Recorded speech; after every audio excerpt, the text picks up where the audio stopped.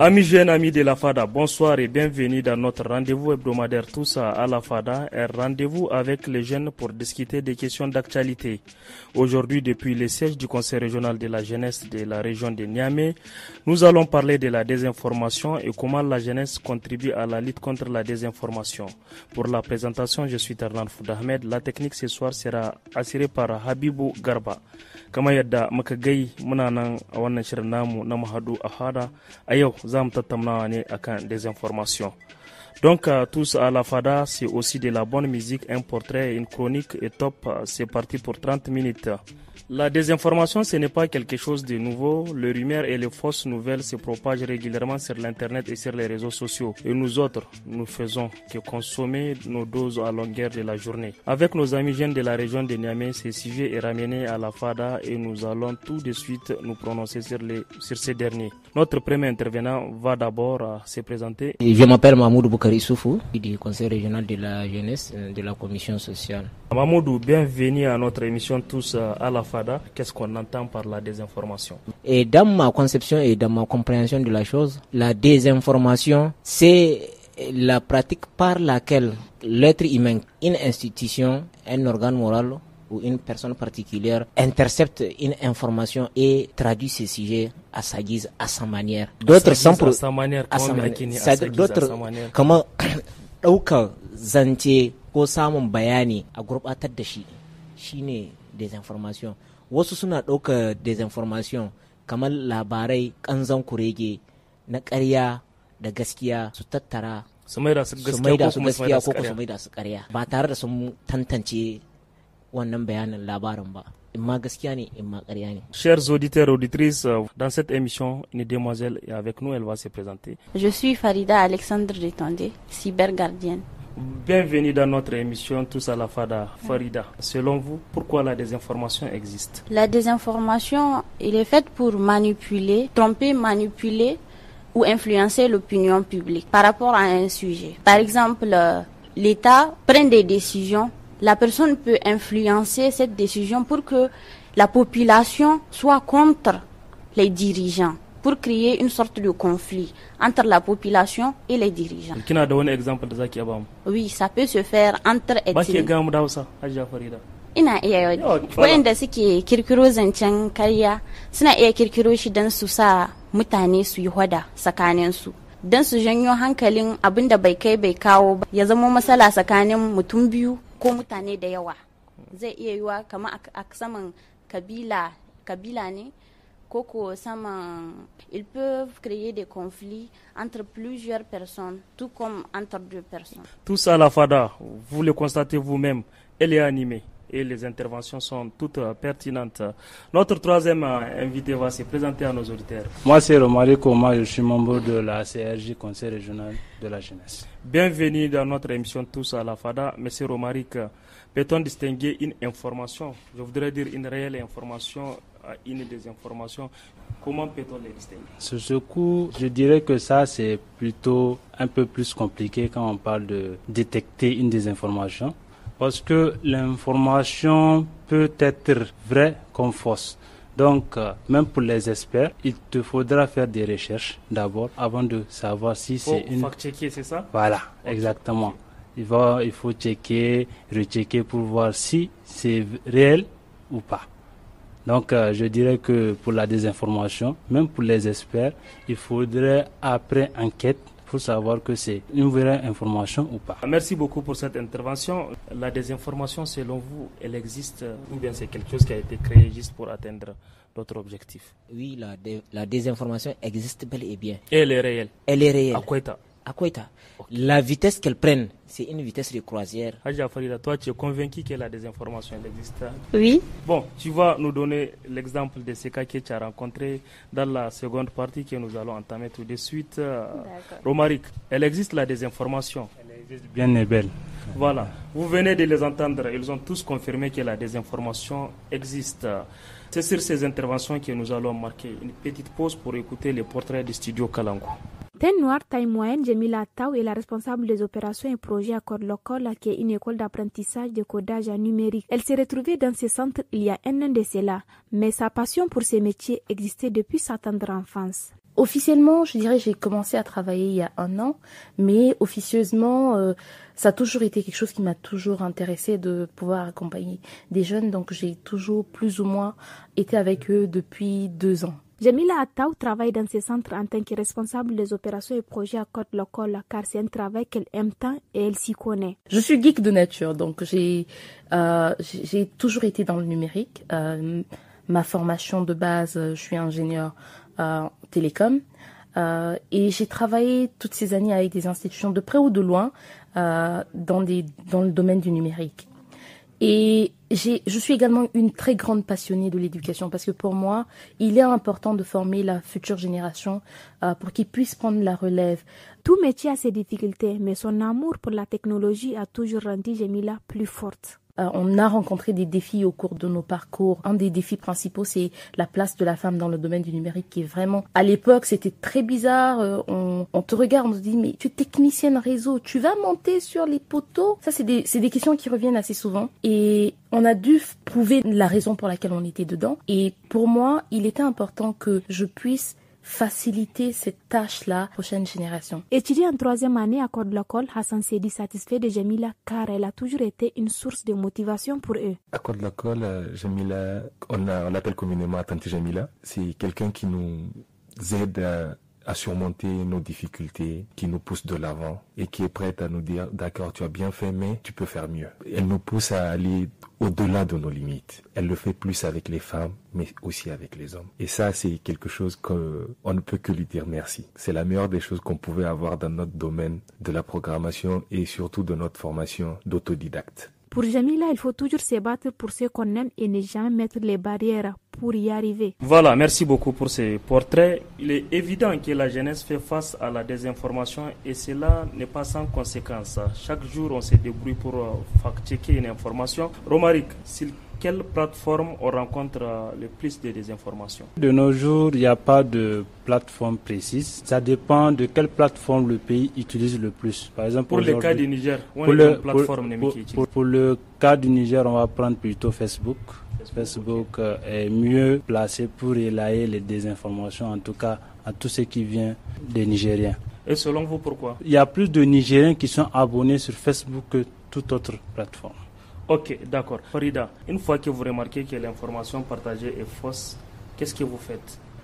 Déjà, vous avez dit que vous avez rencontré un cas. Oui, si je remarque que l'information est fausse, j'essaye de contrecarrer cette information. En faisant comment? En republiant la même information et en informant les autres que c'est une fausse information et je vais les apporter des preuves palpables pour leur confirmer que c'est une fausse information. Voilà, on va revenir vers notre ami Mahamadou. Pourquoi, selon vous, certaines personnes partagent volontairement les fausses informations? Majoritairement, ceux qui partagent les fausses informations, c'est qu'ils ont un agenda caché et ils ont un objectif. L'objectif, c'est la manipulation et mettre les populations, les ethnies, l'État entre ses citoyens, les citoyens entre eux-mêmes, les structures entre elles, se confronter idéologiquement, tout comme pratiquement dans la sphère chacun de ses compétences. An sa akwai wani guri da suke so su gurin su kawai ba sa son zaman lahiya kenan rashin son zaman lahiya kawai rashin son zaman lahiya shine kike mutane kawai a bari a yada labaran kanzan kurege in dai akwai zaman lahiya masasar suke in dai ba an hoto an ce an yi kaza a'a wane ya ce mai wane ya ci kaza wane ya ce wane ya dauki kaza an kai hari wuri kaza a ba haka nan bane shine kawai gurin su kawai kuma suna nan sun hake suna jin daɗi suna dariya suna shewa suna jin daɗi abun bai musu ciwo to yawa Muhammadu kamar waɗanda kakin da ka gani waɗannan mutanen kamar wani irin rezo sosio ne suke amfani da shi zaururkan wannan na sada zumunta su ne irin su WhatsApp a kasashen mu nan na Afirka musamman nan Niger su Facebook su WhatsApp tunda mahiyawaci cikin kashi 199 Facebook da WhatsApp ne musamman ma yanzu da WhatsApp yawa yanzu kuma sauran sun koma kuma saman TikTok amma kaga biyun wannan zauren sada zumunta wannan guda biyu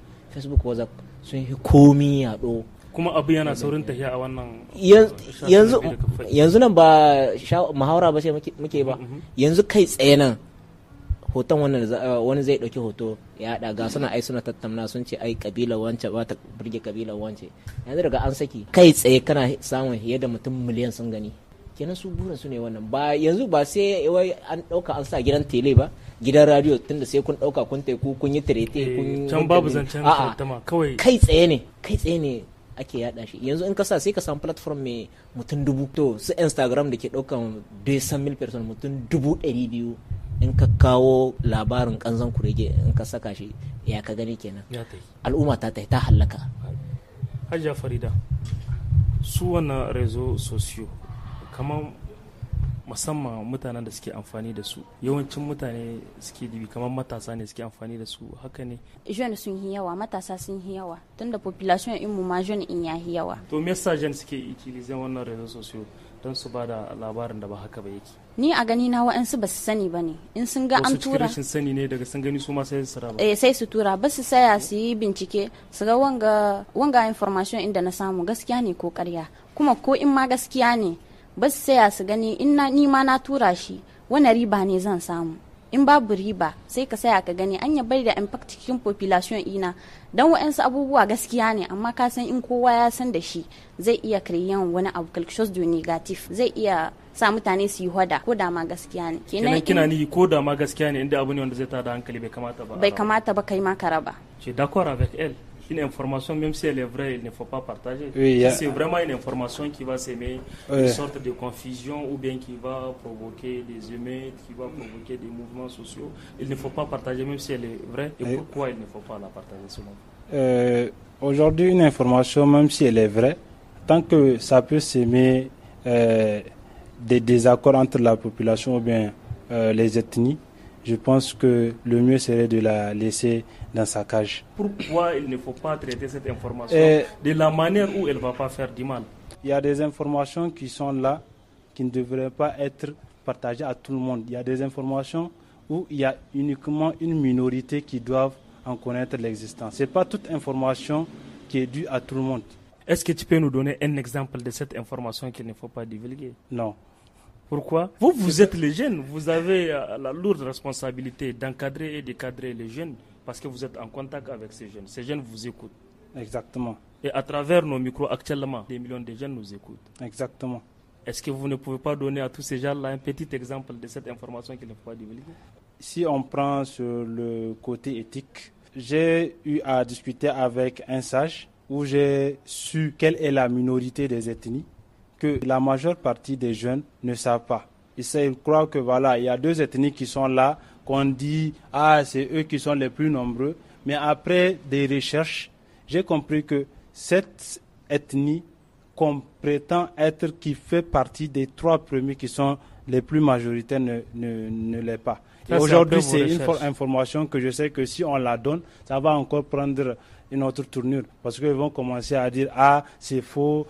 Ouais. Mahamadou, selon vous, est-ce qu'on peut se cacher derrière la désinformation pour cacher l'information? En fait, il y a des tendances. Il y a des tendances parce que derrière la désinformation, si tant est que la désinformation va s'aimer la discorde, va s'aimer le trouble à l'ordre public, je pense bien que tout ce que nous sommes appelés à stopper la désinformation à partir de notre niveau. Un exemple où lorsqu'une information descend à mon niveau et que je constate qu'il y a une certaine manipulation où cette information peut créer un trouble à l'ordre public, je pense bien qu'il y a lieu de l'arrêter. Comment l'arrêter? Je peux l'arrêter en ne la partageant pas, en évitant de discuter de cette information, mais de trouver un mécanisme pour amener majoritairement les gens à comprendre. Ici, nous sommes à la FADA. Oui. On peut peut-être hors micro aborder un sujet pour dire que voilà, et j'ai appris que la Direction générale des impôts a lancé un recrutement moyennant des sommes faramineuses. Oui. Alors que nous savons tous que la Direction générale des impôts n'a pas les moyens. En fait, ça, c'est un exemple. Oui, c'est un exemple. C'est un exemple. C'est bien de citer des exemples. Voilà. Donc, misali. On sait que la Direction générale des impôts n'a pas les moyens. Ce n'est pas elle qui recrute. Il y a une structure bien ordonnée de l'État qui organise des recrutements. Et elle met ces recrutements à la disposition d'une structure donnée.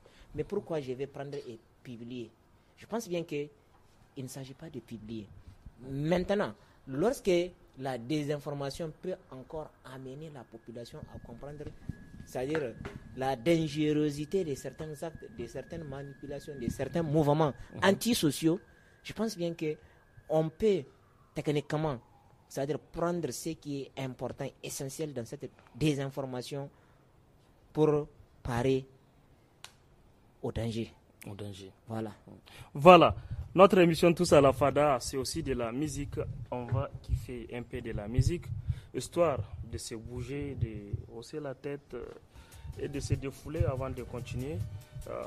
Ou bien vous avez une musique à nous proposer? Moi, en tout cas, je préfère Mouspoussi. Peut-être Arni. On va danser Arni et c'est la proposition de notre ami, notre invité de la Fada, Romaric.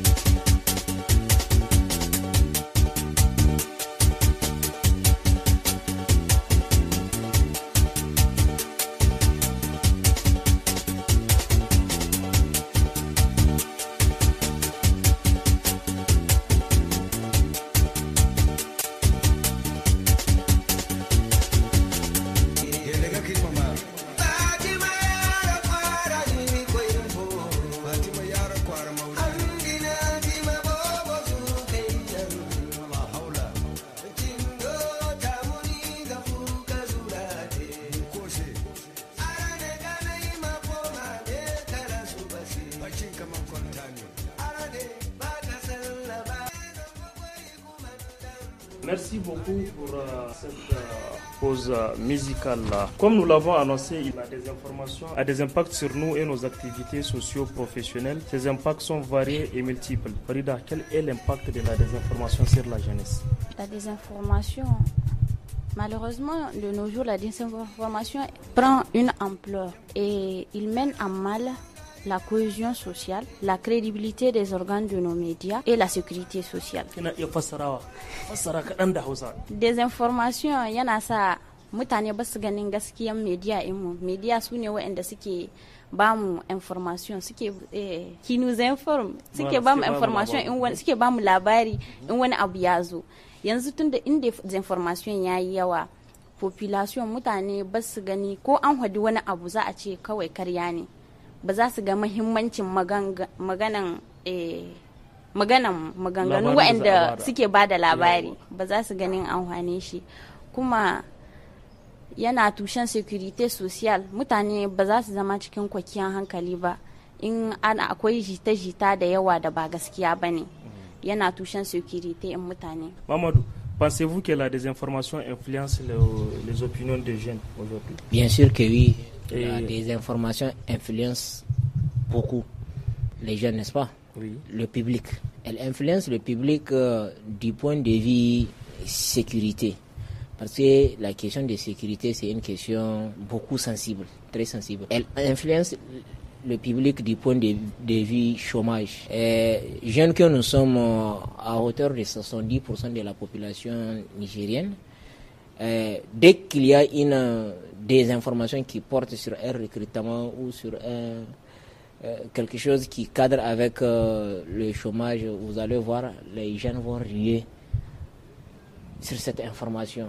Je vous donne un petit exemple. Aujourd'hui, qu'il soit sûr et qu'il soit vrai ou faux, lorsqu'on dit une structure de la place, une ONG de la place, recrute 500 jeunes pour les mettre sur le terrain. Je vous assure, lorsque vous allez partager cette information sur Facebook ou bien sur une autre plateforme sur Niger Emploi, les 500 voulus là, vous allez voir plus de 30 000 vues à l'instant. À l'instant, vous voyez. Pourquoi? Qu'est-ce qui fait ça? C'est que nous sommes dans une société de nos jours où la manipulation est en train de prendre de l'ampleur. Oui, manipulation. Minene akitima manipulation. Juya kokolwa. Juya kokolwa. Manipulation kamar juya kokolwa. Terere da hankalin mutane. Tallata ƙarya akan gaskiya. Yaudara. Hadda yaudara. Kamar akwai yaudara a ciki. Hada yaudara. Yau shine yahi kowa, kamar masu yaudara sun yi kowa yawa, kuma a cikin ɗan ƙanƙanin lokaci sun yi kowa samun yardar duniya ma gaba ɗaya. To me yake kawo wa mutane su yarda da waɗannan masu yaudara? Dan babu gaskiya ne, gaskiya ta yi karamci. En fait, on préfère toujours à ceux qui nous mentent, on préfère toujours écouter, suivre les canaux mensongers. Nous ne croyons pas à notre capacité. Comment mu da kanmu bu mu yarda da kanmu. Mu matasa. Voilà. Romaric, croyez-vous que les jeunes sont plus vulnérables à la désinformation que les autres? On va dire que les jeunes sont les plus vulnérables parce que c'est les jeunes qui se trouvent plus dans le milieu. Et aujourd'hui, quand on prend, il y a peu de jeunes qui partagent les désinformations et il y a le grand nombre qui acceptent et qui croient. Donc, pour ce fait, on va dire que c'est les jeunes parce qu'il y a plus de jeunes qui consultent les réseaux. Il y a plus de jeunes qui sont sur les réseaux que les âgés. Donc, il y aura toujours plus d'impact sur les jeunes que tout autre âge. Et qu'est-ce qu'il faut faire à ce niveau? Parce qu'il faut bloquer ça. Il faut vraiment, je ne dirais pas qu'il faut renverser la tendance, mais qu'est-ce qu'il faut faire pour essayer de régler ces problèmes? C'est la sensibilisation. C'est la sensibilisation. Il faut pas que les gens qui ont déjà l'atout de connaissance sur la désinformation s'asseyent. Ce que je veux dire par là, c'est que il nous faut, nous, les peu, cette minorité-là, qui savent déjà ce que la désinformation, ce que ça peut causer et jusqu'où ça peut aller. C'est à nous de sensibiliser et de ne jamais s'arrêter à cette sensibilisation-là. Parce que je crois bien que pour l'instant, c'est l'arme qui peut vraiment faire en sorte que cette désinformation réduise de moins en moins. Farida, qu'est-ce qu'il faut faire face à cette désinformation? À cette désinformation, je me joins à lui en disant qu'il faut sensibiliser. Il faut faire un éveil d'esprit de la population, surtout la jeunesse. Parce que maintenant, la plupart des jeunes, par exemple, nous sommes conscients de la situation. Donc, il faudra expliquer à nos autres frères et sœurs que c'est pas toute information qu'il faut partager. C'est pas toute information qu'il faut faire consommer aux autres. Il ne faut pas créer des contenus juste pour faire plaisir à soi-même. Il faut regarder l'impact que ça va faire dans ta société. Mohamedou, qu'est-ce qu'il faut faire face à la désinformation qui prend de l'ampleur? Face à la désinformation, je pense qu'il faut faire beaucoup de choses. Comme quoi, par exemple? Il faut se mettre vraiment debout pour arrêter ce fléau, pour suspendre, mettre fin à cette manipulation, à cette frayeur, à cette influence qui met la dignité de notre société à nu. Parce que face à la désinformation, en fait, c'est même la dignité de notre société, de notre peuple qui est mise à rude épreuve. Et pour ce faire, on doit s'élever tous debout comme un seul homme pour parer. On doit s'élever tous comme un seul homme pour pallier à ces problèmes. Avec ces impacts que vous venez de citer, la lutte contre la désinformation s'impose et la jeunesse doit impérativement mener cette lutte. Nous en parlerons tout de suite dans la seconde partie de notre émission Tous à la Fada. Mais d'ici là, écoutons la chronique du studio Kalango. Amis jeunes de la FADA, c'est l'heure de la chronique et aujourd'hui nous allons parler de la préparation aux examens de fin d'année. Chers amis scolaires, les épreuves approchent à grands pas et la FADA a pensé à vous. Voici quelques astuces pour mieux aborder et réussir vos examens. Étape 1, planification et organisation. Il est essentiel d'établir un planning de révision réaliste. Il faut d'abord identifier les matières à fort coefficient ainsi que celles dans lesquelles vous avez des difficultés. Ensuite, repartissez votre temps de révision sur plusieurs semaines en fonction de vos moments de concentration les plus efficaces. Concentrez-vous sur les notions essentielles du programme et les thèmes récurrents dans les annales. Pour faciliter l'apprentissage, réalisez des fiches de révision claires et structurées à l'aide de schémas ou de cartes mentales. Utilisez également des techniques de mémorisation efficaces. Étape 2, maîtrise des méthodes de travail. Il est important de maîtriser les méthodes propres à chaque type d'épreuve. Pour les examens écrits, il faut lire attentivement le sujet, rédiger un brouillon, structurer sa réponse, gérer le temps imparti et se relire soigneusement. L'entraînement avec les annales permet de se familiariser avec les exigences des épreuves et de mieux gérer la pression du temps. Le travail en groupe peut aussi permettre de clarifier certaines notions et d'échanger sur les difficultés rencontrées. N'hésitez pas à demander de l'aide à vos enseignants, à vos proches ou à consulter des ressources éducatives en ligne. Étape 3, préparation physique et mentale. Le sommeil est indispensable pour mieux assimiler les connaissances et gérer le stress. Adaptez une alimentation équilibrée, riche en aliments qui favorisent la concentration comme le poisson gras, les noix, les fruits et les légumes. Pratiquez une activité physique régulière pour réduire le stress et améliorer votre concentration. Intégrez également des techniques de relaxation comme la respiration profonde ou la méditation pour rester calme. Il est important de prendre soin de son bien-être émotionnel afin d'éviter le surménage, de se fixer des objectifs réalistes et de célébrer chaque progrès. Étape 4, le jour de l'examen. Préparez vos affaires la veille, documents d'identité, stylo, crayon, gomme, etc. Arrivez à l'avance pour éviter le stress inutile et prendre le temps de vous installer. Lisez attentivement le sujet. Identifiez bien les consignes et gérez votre temps efficacement. N'oubliez pas de vous relire avant de rendre votre copie en vérifiant l'orthographe, la grammaire et la présentation. Chers amis, voici notre contribution du jour. C'était tout pour la FADA. Gardez espoir, demain il fera beau. Voilà, merci beaucoup pour cette chronique. Moi, Tarnan Foudahmed, je vais m'arrêter à partir d'ici. Restez branchés sur les ondes de nos radios partenaires, les radios partenaires du studio Kalangu pour la seconde partie de notre émission Tous à la FADA. C'est tout de suite avec Habibou Garba en français et en germain.